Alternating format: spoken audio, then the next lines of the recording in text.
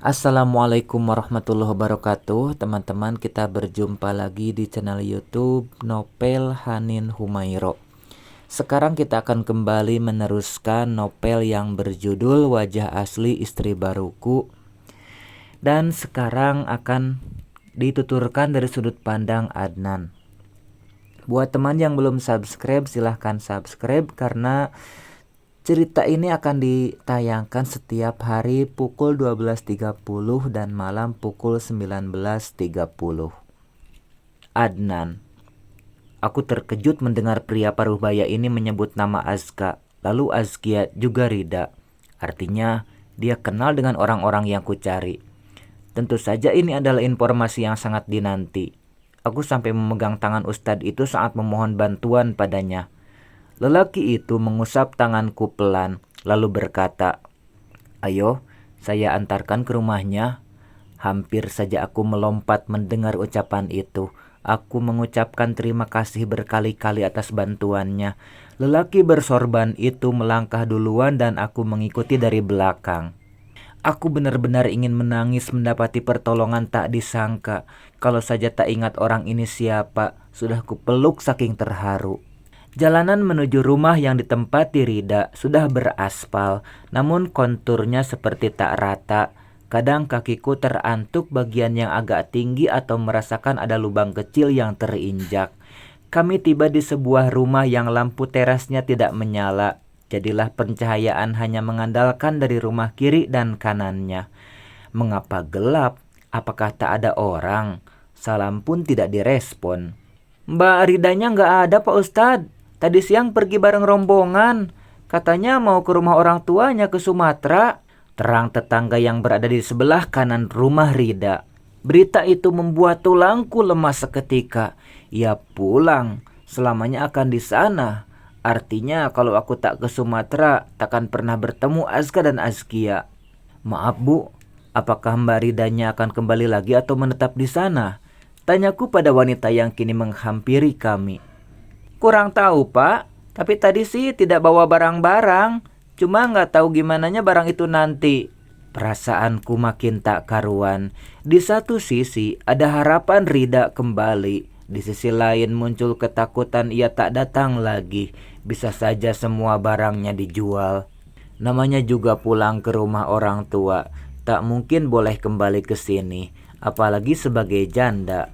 Maka kemungkinan besarnya akan menetap di sana. "Maaf, Bapak ini siapanya Mbak Rida ya? Mungkin nanti kalau kembali bisa saya sampaikan bahwa ada yang mencari." Aku terdiam sejenak, menimbang apakah harus mengatakan atau tidak. Akhirnya aku putuskan untuk berterus terang saja. "Saya mantan suaminya Mbak Rida. Sampaikan saja salam saya. Kalau begitu saya permisi." Kupegang tangan Pak Ustadz yang membawa ke sini setelah kami agak jauh dari rumah wanita tadi. Lalu bicara jangan menceritakan pada siapapun tentang jati diriku. Ada kekhawatiran nanti jadi viral. Pria itu berjanji akan menjaga rahasia. Ia menepuk bahuku dan mengajak ke rumahnya. "Kita ngopi dulu di rumah," tawarnya. Entah mengapa aku tertarik menerima tawaran pria ini. Mungkin karena memang sedang galau, sepertinya aku butuh seseorang yang dapat memberikan solusi. Siapa tahu dialah orang yang tepat untuk diajak bicara. Rumah Ustadz Lukman tergolong sederhana. Mungkin luasnya 1/4 dari rumahku. Namun saat masuk ke dalam ruang depan, kondisinya bersih dan rapi. Setelah lelaki itu mempersilakanku duduk di sofa, ia pamit ke ruang dalam. Mungkin ingin meminta istrinya membuat jamuan. Tak selang 5 menit pria itu datang kembali. Kali ini membawa nampan yang di atasnya ada 2 gelas cangkir berisi kopi. Ada sepiring kue juga di sampingnya. Awalnya kami bicara hal ringan. Lama-lama Ustadz Lukman membahas tentang Azka. Ia mengatakan anak kecil itu rajin mengaji dan sholat ke masjid. Kalau hari Minggu pengajian libur, jadi tak tahu kalau anak itu pergi. Tadi juga saat ke masjid tidak melewati rumahnya. Pria itu terus menyampaikan kebaikan putraku dan sesekali menyebut Azkia juga. Hanya ia tak terlalu dekat sebab batita itu belum dilepas ibunya. Mendengar cerita itu, ada bahagia dan kesedihan menjadi satu. Aku bahagia mengetahui Azka tumbuh menjadi anak yang baik, namun hati ini lara sebab tak dapat merengkuhnya. Saya tak punya nyali untuk bertemu keluarga Rida di sana, tapi saya sangat rindu pada anak-anak. Saya memang bodoh sudah bertindak zolim pada mereka. Aku menceritakan sebagian kecil permasalahan yang terjadi. Tak pantas kalau utuh disampaikan pada orang yang baru dikenal. Aku hanya mengatakan bahwa pernah berbuat salah pada Rida dan anak-anak. Sekarang memang sedang mencari ketiganya untuk dibawa pulang. Lelaki itu pun tidak mengorek lebih jauh perkara ini. Terlihat sekali ia bukan orang yang penasaran akan aib orang lain. Lalu dijadikan bahan pergunjingan di antara teman-temannya. Setiap manusia pernah berbuat salah, dan setiap dari kita punya kesempatan untuk berubah.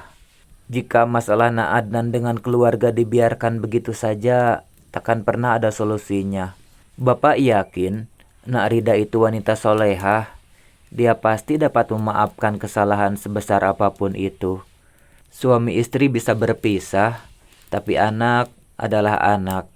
Selamanya menjadi tanggung jawab kita sebagai lelaki.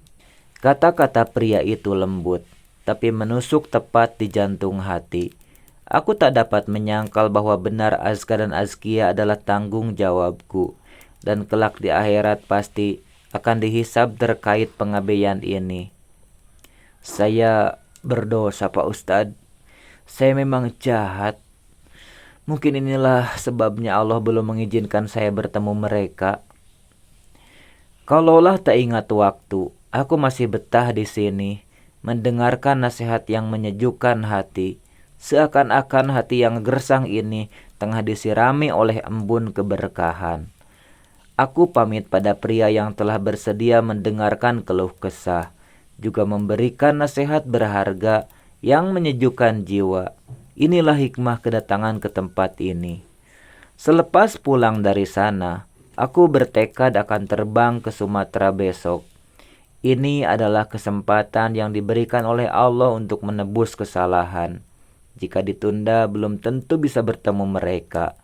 Bisa jadi Rida akan kembali berlari sebab tak ingin menemuiku lagi. Aku langsung memesan tiket via online untuk jadwal penerbangan besok. Sekarang mempersiapkan untuk keberangkatan, sekaligus juga untuk istirahat agar fit menghadapi perjalanan. Aku mengambil jadwal penerbangan jam 5 subuh. Untuk itu pukul 10 malam check out dari hotel di Puncak dan langsung menuju Jakarta. Karena ini malam, maka kondisi jalanan tidak mengalami kemacetan. Untuk itu tidak perlu terlalu berlelah-lelah di perjalanan.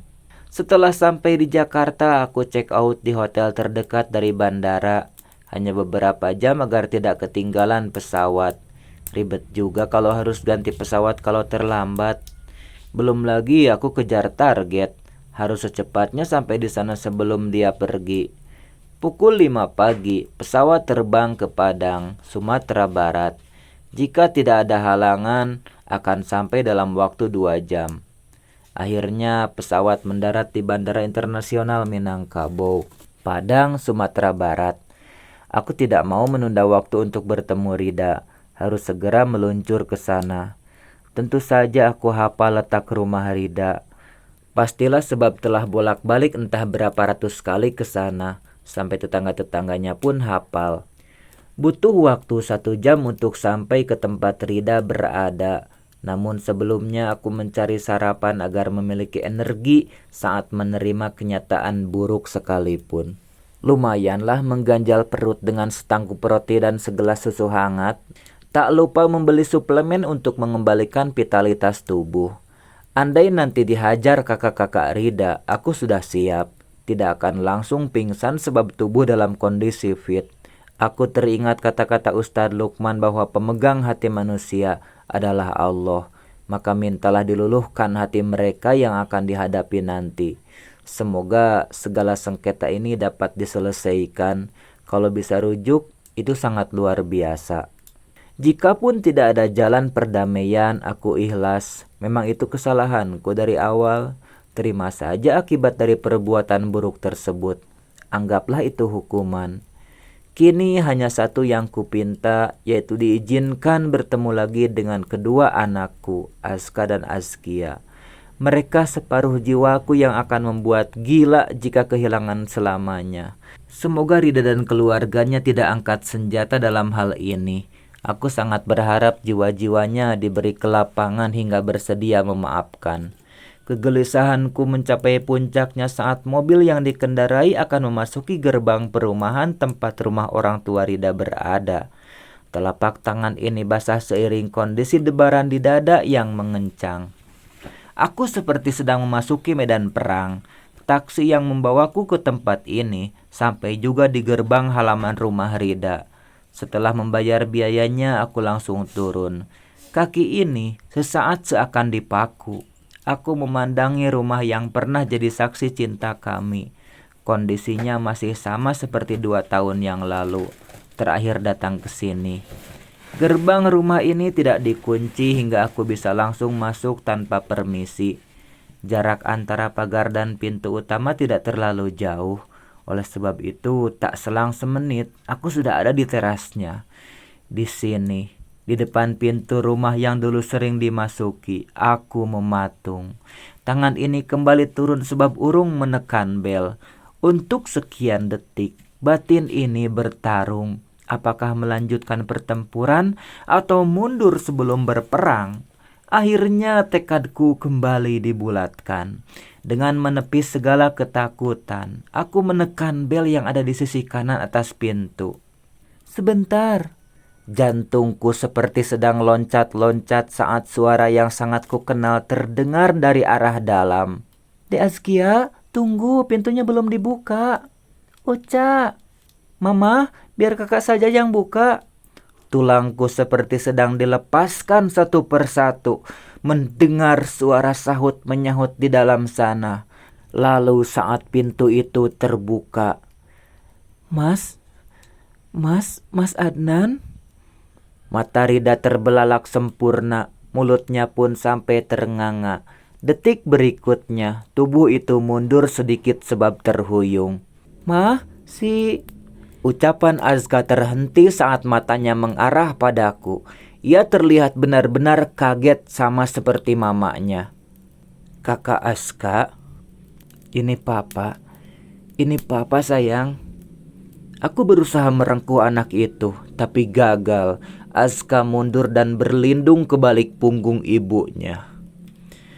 Aku ditolak anakku sendiri.